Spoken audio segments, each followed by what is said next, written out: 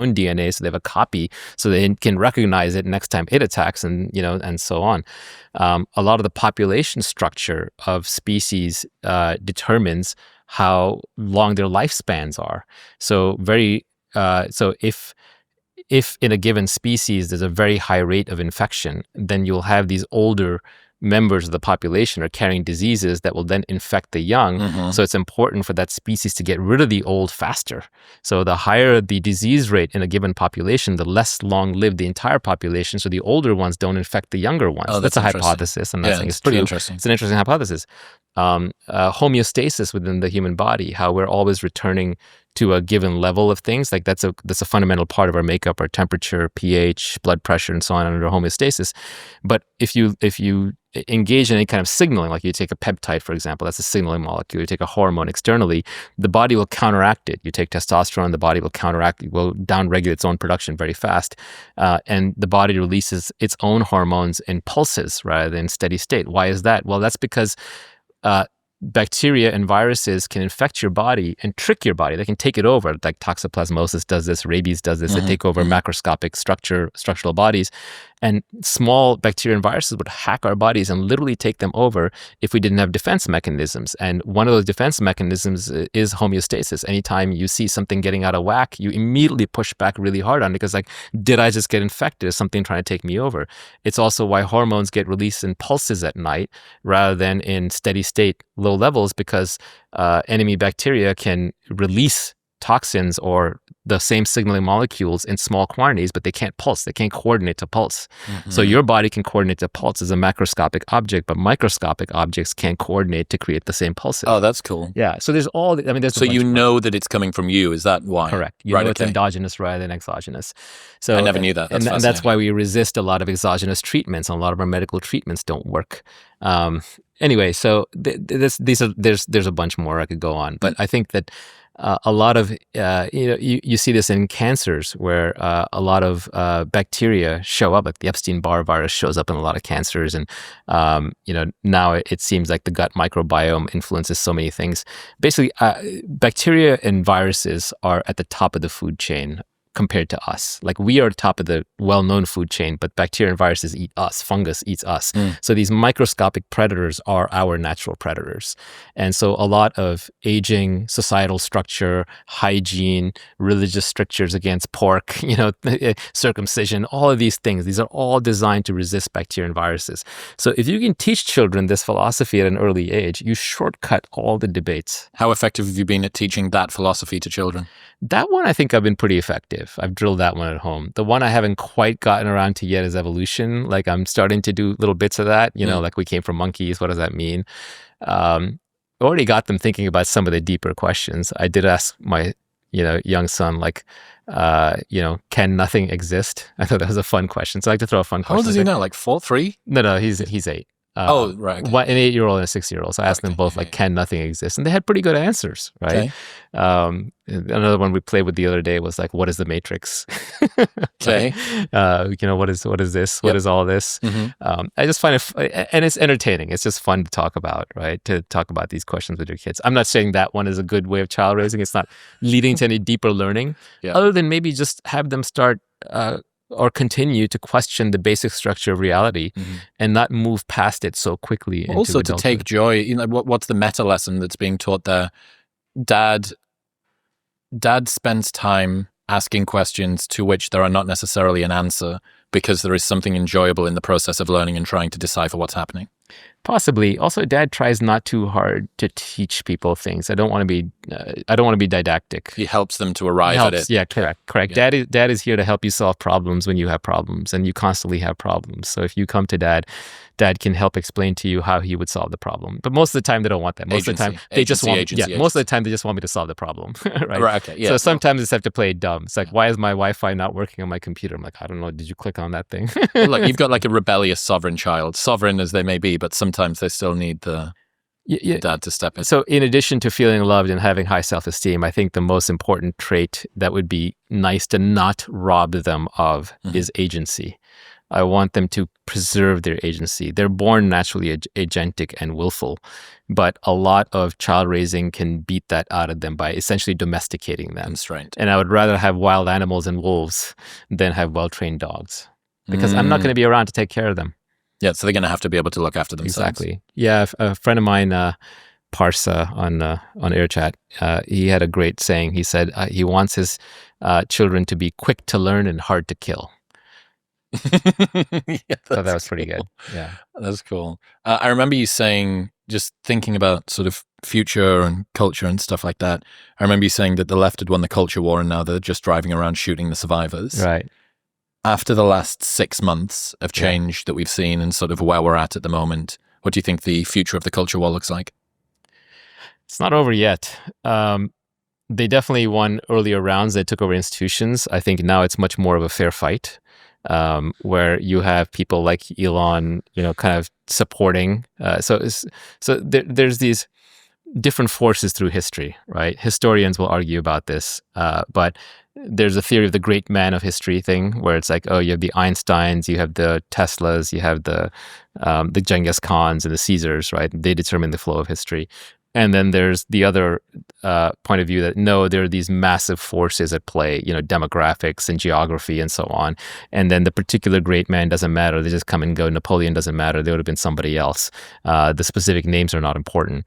And because of kind of the leftist turn that our institutions took in the last few decades, they now only subscribe to the great forces theory of history, not the great man theory of history. But I think now we're seeing the two play out, where you're seeing, Trump and Elon and other individuals rising up and saying, no, we resist. Yeah, that's interesting. And I think that, unfortunately, and so the battle between kind of these collectivists and great forces versus individuals, it's as old as humanity itself, and it is fundamental to the species. We are not a completely individualistic species. No man is an island. A single person can't do anything by themselves. But we're also not a Borg. We're not a beehive. We're not an ant colony. We're not all just drones marching along.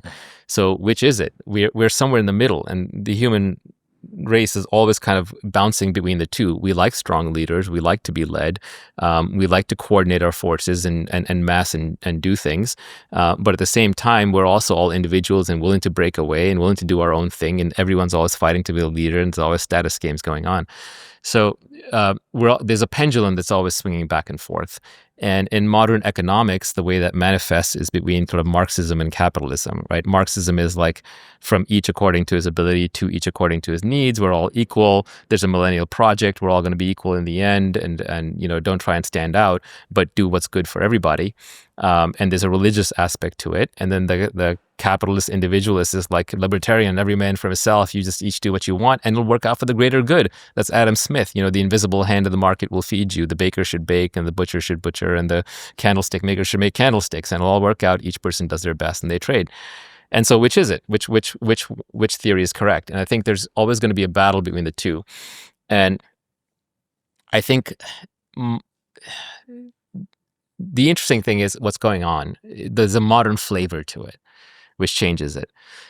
The modern flavor is that the individual is getting more powerful because they're becoming more leverage. So someone like an Elon Musk can have the leverage of tens of thousands of brilliant engineers and producers working for him. He can have factories of robots manufacturing things. He can have hundreds of billions of dollars of capital behind him, and he can project himself through media to hundreds of millions of people. That is more power than any individual could have had historically. So the great men of history are becoming greater. That said, that same leverage is increasing the gap between the haves and have-nots. So in the wealth game, more people are winning overall and the average is going up. But in the status game, there are essentially more losers. There are more invisible men and women who are getting nothing out of life and have no leverage, relatively speaking. Objectively speaking, they might be better off. They still have phones and they still have TVs. And they still not get to absolutist eat. creatures, Correct. though. We're relative creatures. Correct. And so to the extent that we're relative creatures, there are more losers than winners. And in a democracy, those people will outnumber the winners and they will vote the winners down. Yep. And so that's the battle that kind of goes on. And the democracy has gotten very broad. And so one of my other quips is that it's not the right to vote that gives you power. It's power that gives you the right to vote. So we've confused the two. So what happened was, voting started as a way for people who had power to divide up the power, not fight amongst themselves.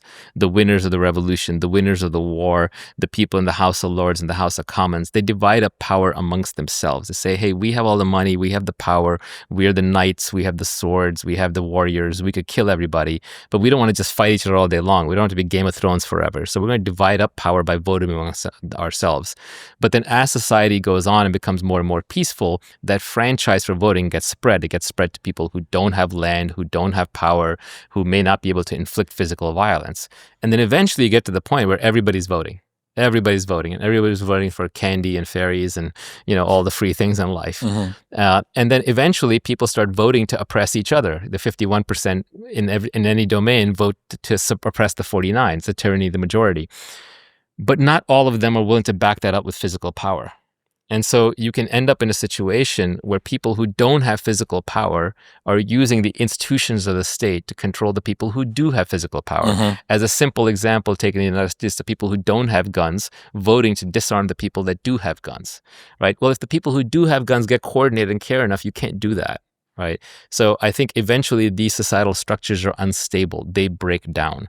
And they break down because eventually the people who have the power and say, no, wait a minute, you don't get to vote. You only got to vote because you had power, and now you don't have power and you're somehow trying to vote. All of nature, all of society, all of capitalism, all of human endeavors are underpinned by physical violence. And that is very hard truth to swallow and hard to get away from. Nature is red in tooth and claw. If you don't fight, you don't survive, you don't live, you die. And that's true of everything alive today.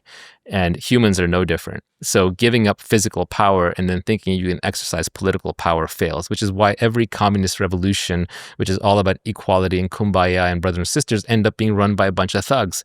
Because if you don't have a way to divide up the wealth based on merit, then it's always going to be based on power and influence. The thugs with the guns always win in the end.